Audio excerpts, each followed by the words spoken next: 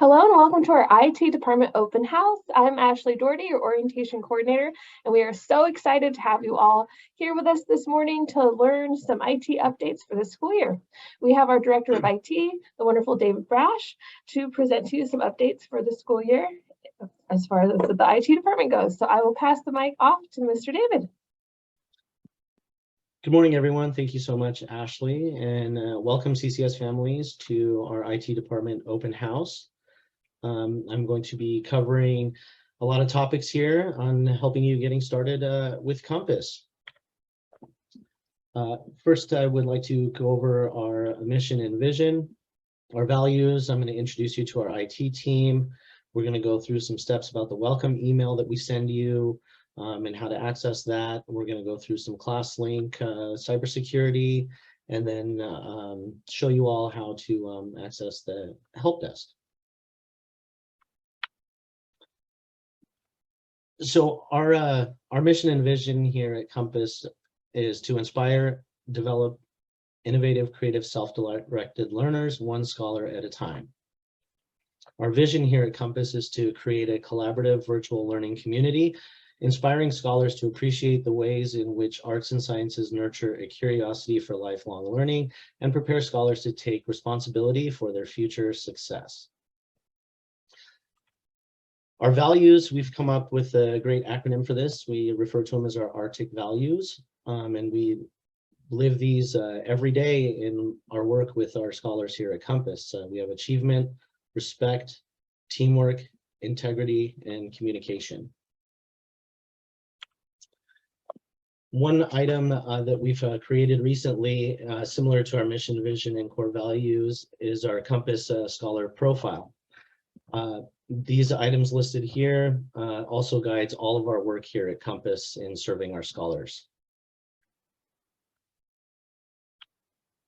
A little introduction here. I know, Ashley, thank you for introducing me. Our IT department consists of myself. I'm David Brash. I'm the Director of IT. We have Miguel Aguilar, who is our Systems Administrator. And we have our wonderful help desk technician who helps you with all of your needs here, technology-wise at Compass, is Marco Metaliano. So let's get started here with a little bit about what we do when you guys come on board here at Compass. When you guys come on board here, we send a welcome email. All scholars that come on board receive this email when they join. It includes information about getting logged into your email, the online program's curriculum, and the ClassLink, which is our one-stop shop, which I'll be covering later on in this presentation. We also introduce you to our help desk and provide you a way to get support if you ever need it with any of these or anything IT related at Compass. The Compass School email is actually a Gmail account, so our back end is all G Suite applications. It contains specific information. With the Compass email, we require that the scholars use their Compass Gmail account when logging into live sessions via Zoom. We recommend that scholars check their Gmail account daily, as all communication should be flowing through that email account, and make sure that that they stay up to date with information from their teachers or other notifications that should come through there. It's super simple to get into your scholar email if you haven't done so already. Typically, your email address is going to be your first name dot last name at scholars.compasscharters.org, and your password's also provided in the email. Super simple. Go to google.com or gmail.com, type in your credentials, and you'll be signed in. Some of you may actually already have a Google account as your personal account, and that's a little bit more difficult. There's a super simple way to do it, so you can switch between the two in your browser. If you go to your existing Google account, you click on your Scholar profile, add an account, and you'll type in your credentials, and that will get you logged in, and you'll be able to just click on your profile picture and be able to switch between your Gmail accounts, personal and school. Once you sign into your Gmail for the first time, it's very important to pick a secure password when you're setting it up. we typically recommend that you use at least one capital, one number, and one symbol, just to help keep it secure, but you'll be able to set your own password and just make sure you remembered it. And again, if you need any help or you forget your password, you can always reach out to our support department and we'll be more than happy to get you logged back into your email. ClassLink is something that we've been using for a couple of years now. This is kind of our one-stop shop for everything Compass related. It's a very simple sign-on process. Once you have your Google account created, you'll be able to easily sign up to ClassLink. I've included a link here to get you started, and you will just sign in using your Google credentials. So if you're already logged into your email, it's a one-button click. And what you'll get to is a dashboard that you can customize yourself. It's pre-programmed with stuff that your scholar would be using throughout the school year, but you can always add your own links to it. And it's a one-stop area that remembers your passwords. It's totally secure, and you'll be able to switch between all the different applications that you use throughout the school year. Also, in this presentation, which you'll get a copy of later, I've included some quick tutorials on how to get everything set up for you and create those custom links. One big topic that seems to come up frequently, especially now, is cybersecurity awareness. I wanted to bring to your guys' attention a few things that you should always keep in mind when you're using your technology, making sure, and this will go for Compass devices and for your personal devices, is to make sure that your devices are locked with a password and not to share any of that information with anyone, just to help keep yourself secure. And it's also a best practice not to use the same password for everything. So when you're setting up different accounts, don't use that same password that you use for your bank or whatever else you may have out there. It's always good practice to keep it separate. And then for software installation, make sure you know what you're installing. A lot of times you need access to PDF software or something like that.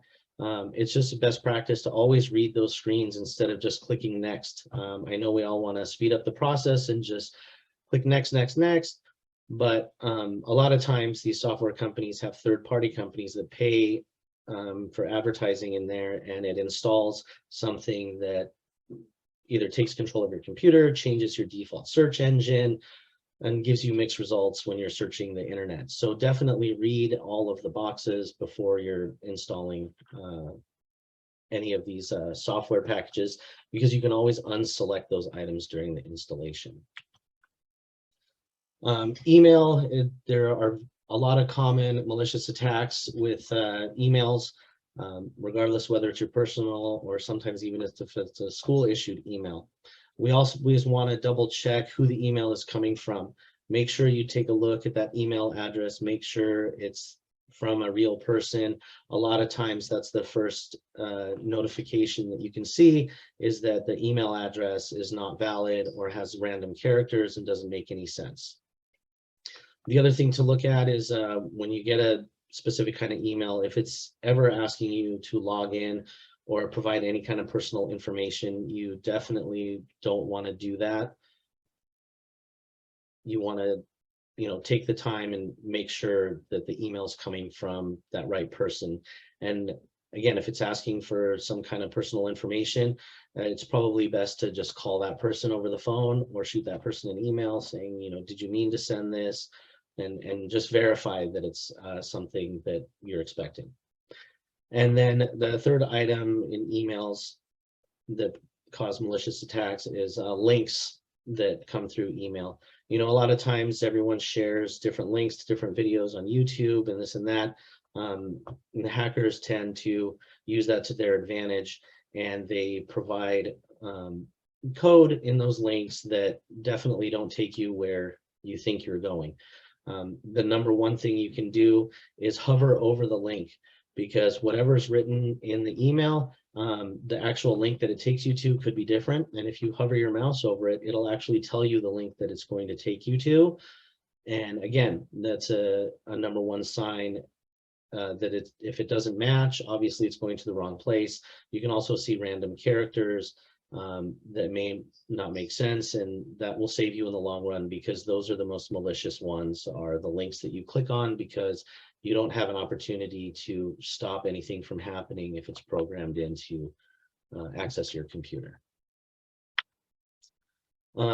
Another good practice for cybersecurity is maintenance on your systems, updating your operating system, making sure that you run your updates. Microsoft tends to send out on the second or last Tuesday of the month, they send out their updates for your operating system. It's always a good practice to do that. A lot of times these updates require you to restart your computer. I highly suggest restarting your computer at least once a week, just to automatically install these updates. You know, they develop these updates to you know, help you stay protected and block code from accessing your systems.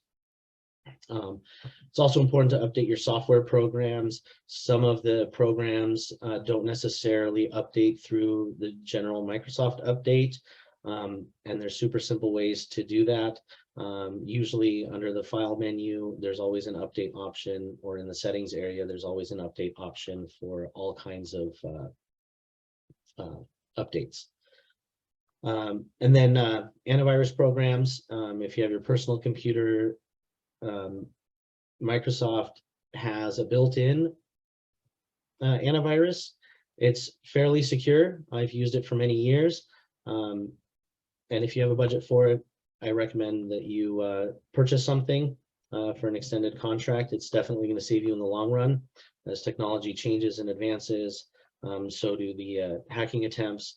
And there's only so much that, you know, Microsoft can do, that it might be best to get a secondary antivirus program. We at Compass provide an antivirus program through Bitdefender on all of the technology that gets sent out as loaner equipment. So we are always protected.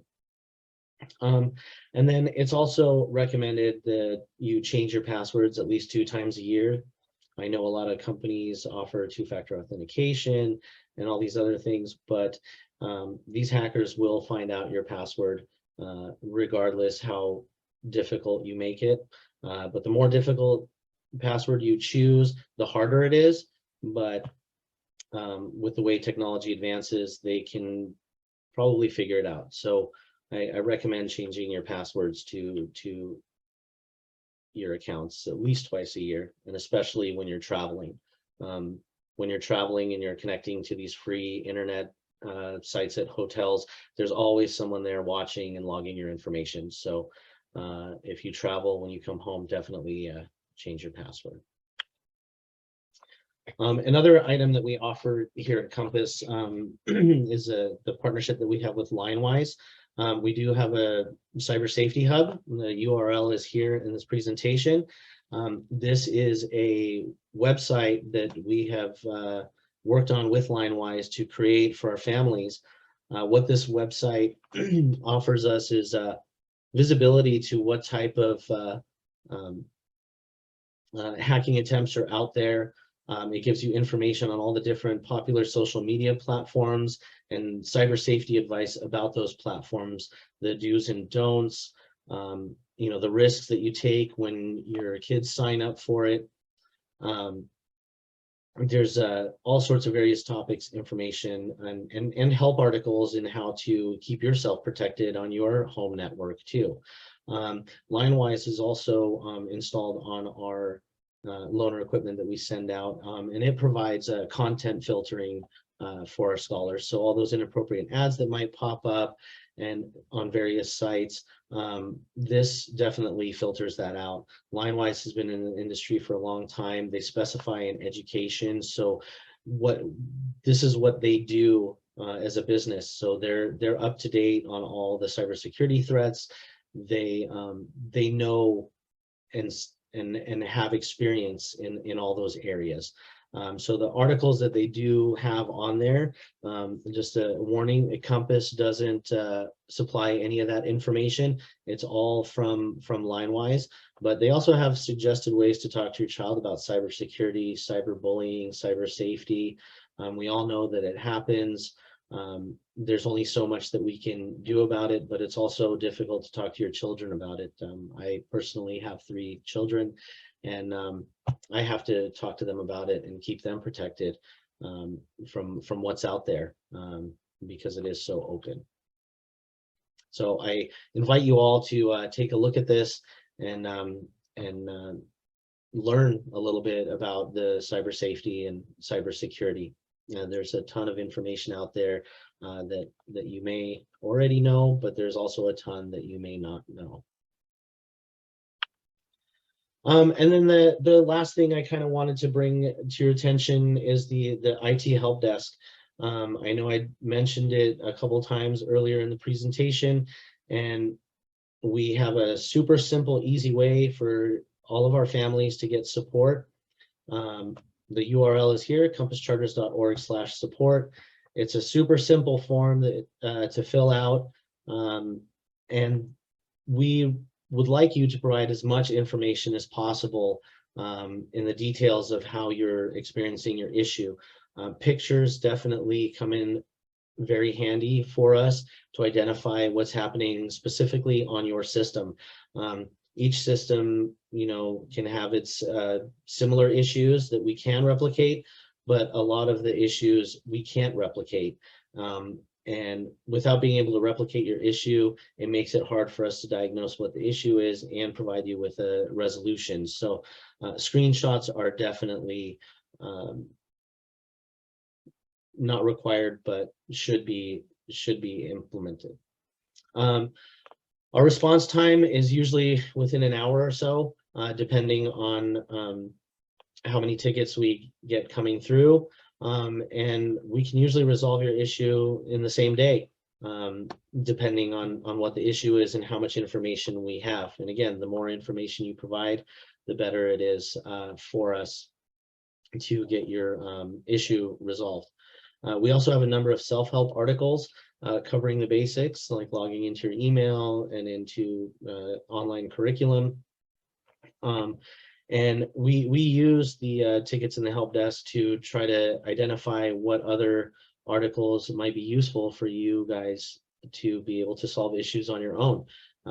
I definitely enjoy helping every family, but I think a benefit to fixing solutions with a faster response time are having you guys be able to do it on your own. And we definitely use that information to help us help you. And I think that about wraps up my presentation for you. I did want to save some time here at the end for some Q&A. I have my contact information here in this last slide. If you guys have any questions or need to reach out to me, I invite you to reach out to me via phone or email. And we're going to go ahead and pause the recording at this time, and we'll open it up to all of our families here for some Q&A. Thank you so much.